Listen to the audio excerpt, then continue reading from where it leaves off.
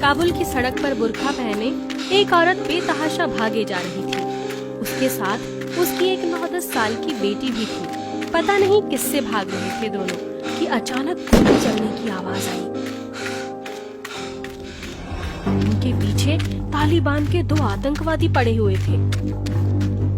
अफगानिस्तान में अब तालिबान का राज था। आजादी तो मानो किताबों में भी नहीं रह गई थी। औरत को भागते भागते इंडियन एम्बेसी की बिल्डिंग दिखी। वो उसकी तरफ भागी, मगर जैसे ही वो अंदर घुसने वाली थी, पीछे से एक गोली उसकी कमर में घुस गई। वो वहीं गिर गई। उसकी बेटी उसके पास बैठकर रोने लगी, मगर उसने अपनी बेटी को अंदर जाने के लिए कहा। तुम अंदर जाओ मेरे बच्चे, चिंता मत करो। अंदर से इंडियन एम्बेसी में निष्ठा मलिक ये सब देख ही रही थी। अंदर घुसते ही बच्ची को उन्होंने सीने से लगा लिया। पिछले 15 दिन से यही हालात थे अफगानिस्तान के।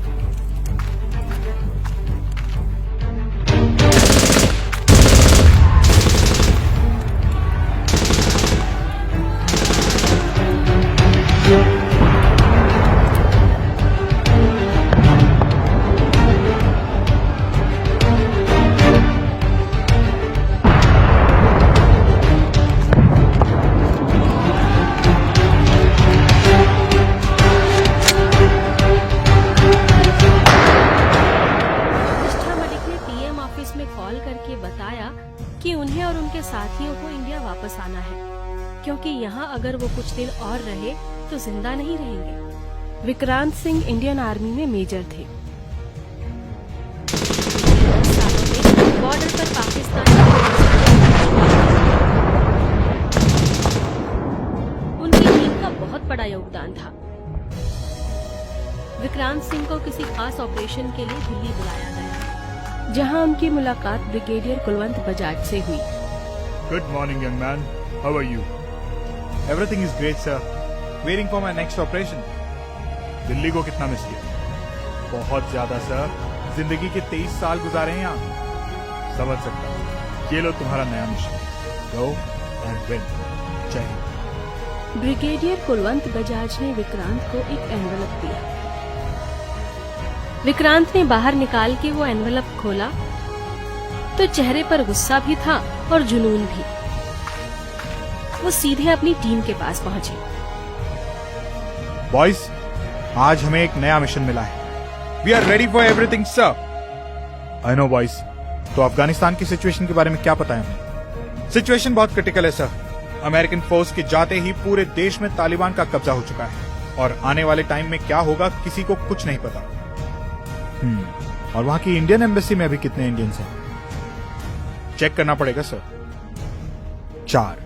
और हमारा मिशन है उन्हें वहां से सही सलामत वापस लेकर आना। मगर सर, उसके लिए तो सीधा तालिबान से लड़ाई होगी और काफी ज्यादा नंबर्स में वो लोग एम्बेसी के आसपास हैं।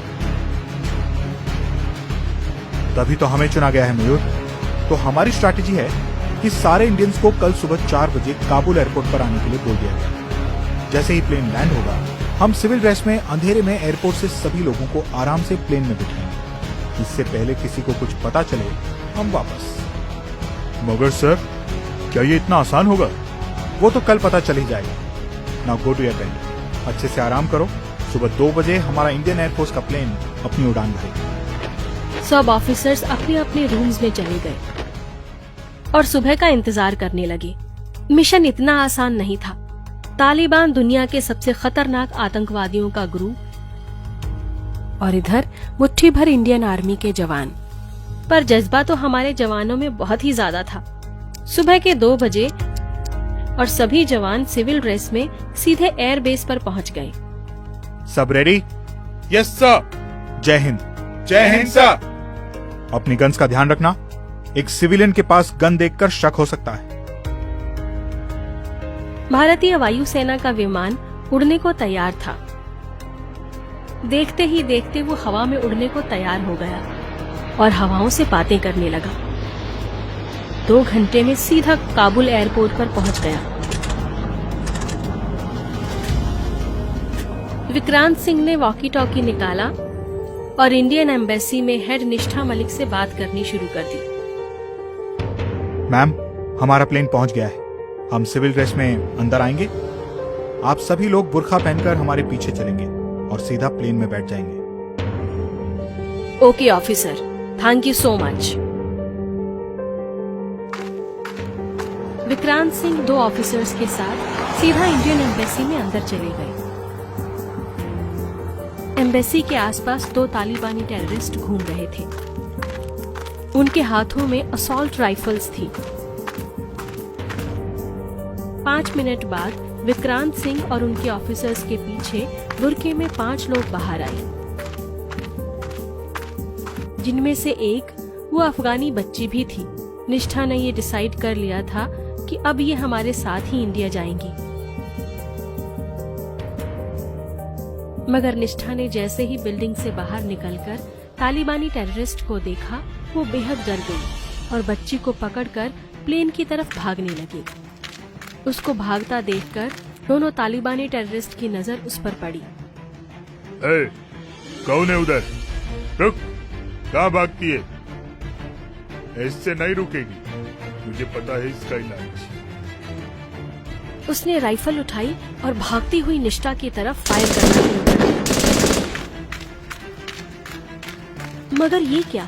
इससे पहले कि वो इन गोलियों के निशाने पर आती, मेजर विक्रांत सिंह ने गन निकालकर 2 गोलियों से दोनों टेररिस्ट को निशाना बना दिया, सीधे माथे के बीचों बीच।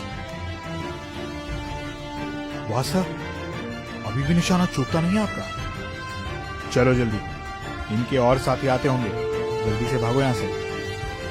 सभी लोगों ने भागना शुरू किया। इंडियन एम्बेसी के चारों लोग विमान में बैठ गए। मगर टेक ऑफ से ठीक पहले 10 तालिबानी आतंकवादी प्लेन की तरफ दौड़ते चले आ रहे थे। उनके हाथों में रॉकेट लॉन्चर्स थे। इंडियन एयरफोर्स के जवानों ने भी गोलियां चलानी शुरू कर दी। 4 टेररिस्ट ढेर हो गए। सर, आप चाहिए, मुझे यहीं रुकना होगा। ये क्या कह रहे हो? अगर कोई रुकेगा तो मैं। चलो अंदर। दोनों बाहर खड़े यही बहस कर रहे थे।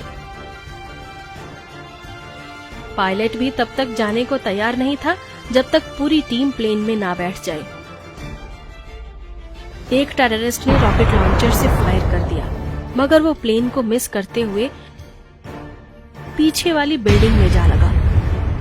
विक्रांत और मयूर ने 8 आतंकवादियों को मार गिराया था। बस 2 बचे थे। मयूर की एक गोली सीधा रॉकेट लॉन्चर वाले आतंकवादी के हाथ में लगी। लॉन्चर नीचे गिर गया।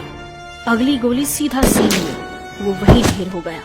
अचानक आखिरी बचे आतंकवादी ने एक गोली चलाई जो सीधा विक्रांत सिंह के हाथ में लगी। सर, आप ठीक है ना? हाँ, मेरी चिंता मत करो, तुम जाओ, मैं देख लूंगा इसे। प्लेन के अंदर इंडियन एम्बेसी के लोग घबराए हुए थे। हम चल क्यों नहीं रहे? जब तक सब लोग अंदर नहीं आ जाते, हम लोग नहीं जा सकते। और मुझे उम्मीद है कि वो लोग जल्द ही जंग जीतकर अंदर आने वाले हैं।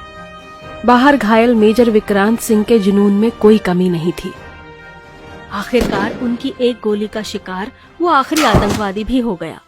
दोनों अंदर आ गए। चलो boys, ready to go. Sir, आप ठीक है ना? एक गोली से मेरा क्या होगा? प्लेन ने उड़ान भरी और सीधा दिल्ली मिलिट्री बेस पर आकर रुका। इंडियन प्राइम मिनिस्टर अपने जवानों के स्वागत के लिए सामने ही खड़े थे। उन्होंने विक्रांत सिंह को गले लगा लिया। इंडियन एम्बेसी के चारों लोगों ने विक्रांत और उनकी टीम को बहुत बहुत धन्यवाद दिया और इस तरह इंडियन आर्मी टीम ने फिर से एक सफल मिशन को अंजाम दिया।